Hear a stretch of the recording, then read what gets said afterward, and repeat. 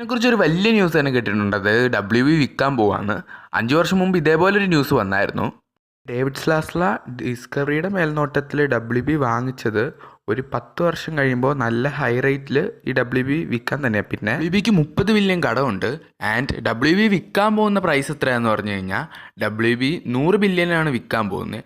എനിക്ക് കുറച്ച് ന്യായമായിട്ടുള്ള പ്രൈസായിട്ട് തന്നെയാണ് തോന്നുന്നത്. കാരണം DC സ്റ്റുഡിയോസ് പോലത്തെ വലിയ കമ്പനീസും പിന്നെ HBO Max പോലത്തെ വലിയ ഫേമസ് ആയിട്ടുള്ള സ്ട്രീമിംഗ് പ്ലാറ്റ്ഫോമും പിന്നെ ഹാരി പോട്ടർ പോലത്തെ വലിയ ഫ്രാഞ്ചൈസും ഉള്ളപ്പോൾ ഇച്ചിരി ന്യായമായിട്ടുള്ള പൈസ പോലെ തന്നെ തോന്നുന്നത്. പിന്നെ പാരമൗണ്ട് 50 അല്ലെങ്കിൽ 60 ബില്യന് ഈ WB വാങ്ങിക്കാമെന്ന് ഡീൽ സംസാരിച്ച പോലെ റൂമേഴ്സ് കേട്ടിട്ടുണ്ട്. കൺഫേം ചെയ്തതായിട്ട് എവിടെയും പറഞ്ഞിട്ടില്ല. പിന്നെ 60 ബില്യന് കൊടുക്കാൻ ചാൻസ് കുറവാണ്. യൂണിവേഴ്സിലും ചെറിയ ഇൻട്രസ്റ്റ് കാണിച്ച പോലെ പറയുന്നുണ്ട് ഈ WB വാങ്ങിക്കാൻ.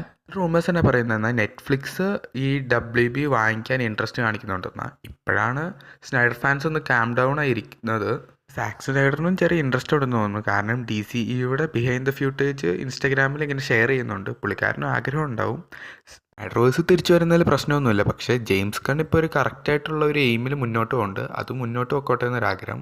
എവിടെ ഒഫീഷ്യലായിട്ട് പറഞ്ഞിട്ടില്ല നെറ്റ്ഫ്ലിക്സ് വാങ്ങിക്കുമെന്ന്. പിന്നെ ആപ്പിൾ TVയും ചെറിയ ഇൻട്രസ്റ്റ് കാണിക്കണ പോലെ പറഞ്ഞിട്ടുണ്ട്. $1 ട്രില്യൺ കമ്പനിയാണ്, ഈസി ആയിട്ട് വാങ്ങിക്കാം. ഡിസ്നി വാങ്ങിക്കണ കാര്യം അങ്ങനെ ഉറപ്പായിട്ട് പറഞ്ഞിട്ടില്ല. വാങ്ങിക്കാൻ ചാൻസ് കുറവാണ്. നിറയെ കോമ്പറ്റീറ്റീവ് കമ്പനീസ് ഉണ്ട്. കാരണം WBക്ക് അത്രയും പൊട്ടൻഷ്യൽ സ്റ്റോറീസ് ഉണ്ട്. ഈ വീഡിയോ ഇത്രയേ ഉള്ളൂ. See you soon.